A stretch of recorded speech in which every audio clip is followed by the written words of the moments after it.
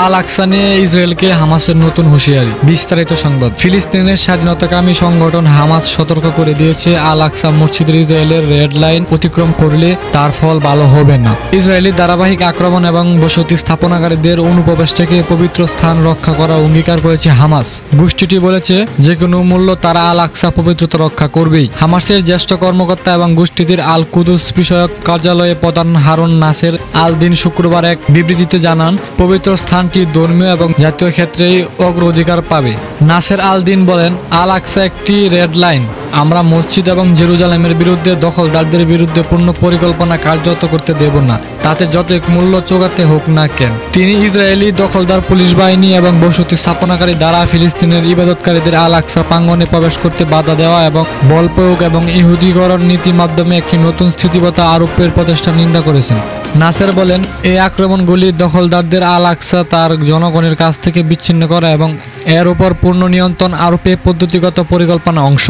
Hamas কর্মকর্তা Israeli নিষেধাজ্ঞা, হয়রানি এবং গ্রেফতার ক্রমবর্ধমান প্রবণতার সঙ্গে আল আকসা রক্ষার আহ্বানে সাড়া দেওয়ার ফিলিস্তিনিদের দৃঢ়তার প্রশংসা করেছেন। তিনি বলেন, তাদের দৃঢ়তা মসজিদ রক্ষার অটল অঙ্গীকার স্পষ্ট বার্তা দেয়। মোহাম্মদ সিনওয়ারের ভাগ্য এখনও অজানা। গতকাল ইসরায়েলের গণমাধ্যম খবর প্রকাশিত হয়।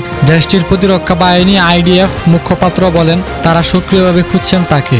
এর আগে একজন জ্যেষ্ঠ ইসরায়েলি কর্মকর্তা সিনেওয়ানকে বলেছিল, গত বছরের বেশিরভাগ সময় দুই ভাই পাশাপাশি অবস্থান থেকে কাজ করেছেন। অতি সম্প্রতি গত আগস্টের দিক থেকে একত্রিত হয়েছিল তারা। সিনওয়ারের সম্ভাব্য উত্তরসূরি অন্যতম মুসা আবু মারজুক হামাসের রাজনৈতিক শাখা এই উপপ্রধান সংগঠনের প্রতিষ্ঠা সহায়তা করেছিলেন। সিনওয়ারের স্থলভিত্তিক সম্ভাবনা তারও প্রবল। যুক্তরাষ্ট্র কেন্দ্রীয় তদন্ত ব্যুরো FBI তাকে সন্ত্রাস হিসেবে চিহ্নিত করার আগ পর্যন্ত দেশটিতে 5 বছর ছিলেন তিনি। পরে সেখান থেকে তাকে প্রত্যাবর্তন করা হয়। হামাসের প্রভাবশালী নেতাদের একজন খালেদ মেশাল, তিনি সংগঠনের রাজনৈতিক শাখার সাবেক প্রধান। সিনওয়ার হত্যাকাণ্ডের পর হামাসের হাল তিনি ধরতে পারেন। খালেদ মেশাল আন্তর্জাতিকভাবে সুপারিশ। সাবেক মার্কিন প্রেসিডেন্ট জিম্মি কার্টার, জর্দানের বাদশাহ আবদুল্লাহ দ্বিতীয়, ইরানের সর্বোচ্চ নেতা আয়াতুল্লাহ আলী খামেনির সঙ্গে অতীতে তিনি বৈঠক করেছেন। হামাস প্রধান দায়িত্ব নেওয়ার ক্ষেত্রে খালেদ মেশাল কিছু জটিলভাবে সম্মুখীন হতে পারেন, কেননা অতীতে সিরিয়ার প্রেসিডেন্ট বাশার আল আসাদের বিরুদ্ধে সুন্নি মুসলিম বিদ্রোহের সমর্থন দিয়েছিলেন তিনি। যদিও হামাস একটি সুন্নি সংগঠন, তবুও শিয়া সংগঠন ইরান তাকে সমর্থন করে থাকে।